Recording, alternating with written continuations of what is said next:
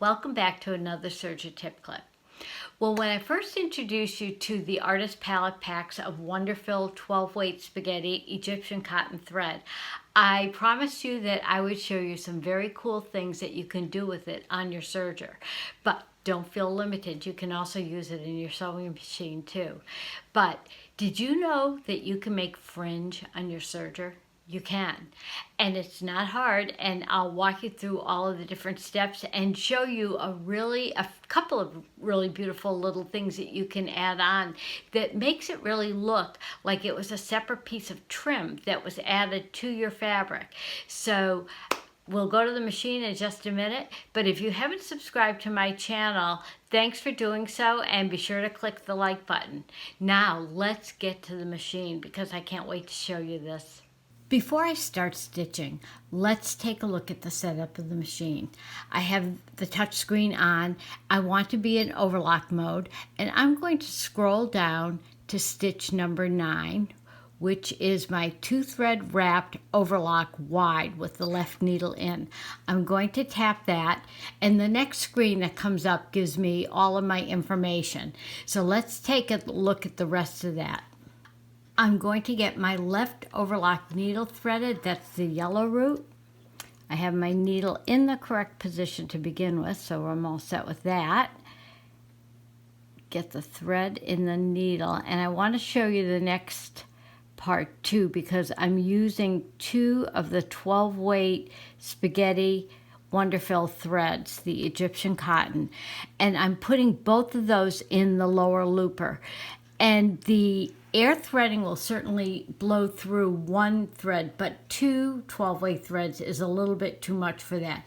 So this might be a little bit of a review with one minor change on my tip clip that I did on how to use a thread cradle. Let me tilt the camera so that you can see exactly what I'm doing. The machine front is open, and my 2 12-weight threads are in the lower looper threading channel on the top of the machine. I am not going to put them in the port for air threading because, as I said before, it won't blow through 2 12-weight threads. So what I'm going to do is bypass that, and there is a little bracket that has guide holes on it right here, and they even color code them. I'm going to go through the red one because that corresponds with the lower looper. I don't think it really makes a huge difference if you went through a different one, but I'll just do that. And I'm going to pull those threads, make sure they're not hung up on anything, right through here and just leave them here for the time being. This engages the air threading tubes, and here is my thread cradle. I have a little red thread here, and I am going to blow that through the air threading and use that to guide those 2 threads into the lower looper. So let's do that. You can see how that works, okay? And here it is through, and I am just going to pull that. Now I'm going to disengage my threading tubes, and right down here, I don't know if you can see it very well, I can see my red thread cradle right here, and I'm pulling it out, and I have the loop end right here. The 2 12-weight threads will go through the loop or the little lasso. Let me just open it up a smidge, put it right in there.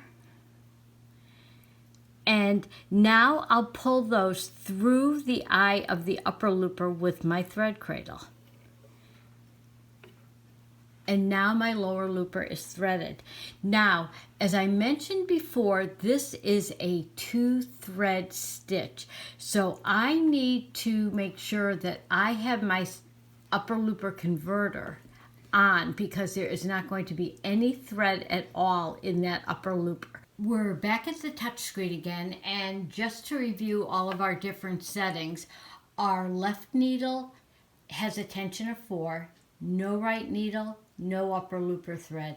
Lower looper tension is on 4, and there's no cover chain stitch on this stitch, so there is nothing in the chain looper either. Now, I want to stop with my needle up, But if I wanted to stop with it down, it's just a simple tap. And that's very similar to what you see as icons on your sewing machine as well. So let's bring that back to up. And this is my differential feed setting. My stitch length is at 2.5. That is something that I want to change because I've done this stitch a number of times and I like a shorter stitch to give a nice full fringe. So I'm going to tap on that, and that brings me into this screen, and I can just hit the minus button and bring this down to 1.9. Now, and this is the differential feed as well. And if you hit something on this screen and you weren't sure what it was going to do or what it was going to change on the stitch, you have a little video that will actually show you that. So let me just show you that real quick. And it is in color, so it will show you that I've got that shorter stitch length and show you in action what it's going to do. And then you could see the little numbers go up and it's lengthening out that stitch. So again, you never have to wonder about what you hit or what it's going to do to the stitch. The machine can tell you. So I think we're all set with that. And let's tap out, go back to here, and we can go back to our main screen. There we go. And I think we're ready to get started. All set up and ready to start stitching. I have a little, it almost looks like a hem, but it's just folded under just to give that edge a little more body. And I'm going to let that fold just skim along the left edge of the knife. If I cut off a little bit, it's no big deal. But I guess I'm going to just go along and stitch that as it is. And you'll see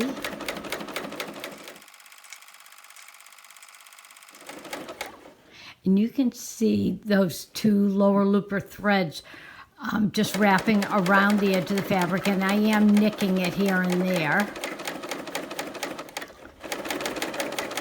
The fabric, not anything else. Okay, so that's all stitched, and let's take a look at it up close right off of the machine. All right, so you can see, whoops, I'm pulling these threads off to the edge. You can see that lower looper thread, and here it is from the back side. And I purposely put a dark green thread in the needle so that you could see that little stitch, and it almost looks like a zigzag stitch because of the tension with the lower looper two threads. And that is what's holding these threads together. Now I'm going to go to the sewing machine, and if you're super careful, you can do this afterwards. But I really think for the first try on a sample fabric, definitely do a little zigzag stitch over the edge from the top. You're just going to do a very narrow little zigzag, and you saw this on my other sample. Let me just grab it again so you can see it. This one was all done. I used a red thread just to show you that zigzag stitch, but on your actual project, you'd probably want that to blend in. And that is what's going to hold the needle thread so that you can't pull out these loops. If I cut these threads, the needle thread right now, if I put the slightest bit of tension on these looper threads, they'd pull right off of the fabric. So I need to secure that before I do anything. So I'll be right back. Here's our stitch sample from the right side. And again, you can see that little zigzag done with the bobbin thread to keep it very discreet. And let's take a look at the back side. Here's the fold in my fabric. I can trim away some of the excess on that. But this dark green thread that looks like a zigzag is my serger needle thread. And now I can trim that because it's secured with that white zigzag stitch on my sewing machine. So these threads will not pull out of the fabric at all, because if the needle is secure, that's holding the looper threads. So I'm taking a pair of sharp scissors, and I love these little Kais for this particular technique because they're so small, and all I have to do is just cut that green thread. Don't cut your white thread. That's what's holding that needle thread in place. Just go along and cut. All of my needle threads have been cut, and you can see that now the fringe is free. And I kind of like it with the loops, but if you prefer to have just the cut edges on your fringe, that's fine too. You can go ahead and do that. And while I have this here, and you can see a few of these little threads from the needle right here, I just want to mention that if you decide to do a decorative stitch over your needle stitch before you secure it, try not to brush these away, because I guarantee just that little bit of pressure from your fingernail will be enough to pull out some of these decorative threads from the needle thread. It's very delicate until it's secured with that zigzag stitch. And let me just show you that again. So here that is. Here's one. I just did a little one with the 12-way thread in my top stitch needle on the sewing machine. And I actually, to keep that nice and flat and smooth, I used a little strip of sticky wash away stabilizer on the back side. But before I did that, I left any little threads that were hanging on the loop edges of the fringe alone until they're secured. So, and here it is again. There's no, well, there is a decorative stitch here, but I left the red thread in. I used like a little cross stitch on that. Here's one more, and I just think this one is just so beautiful. And it's using a narrow cover stitch, and I stitched it with the wrong side face up. There are my needle threads, and I had the 12-weight spaghetti thread in my chain looper, and it really looks like a piece of trim rather than stitching.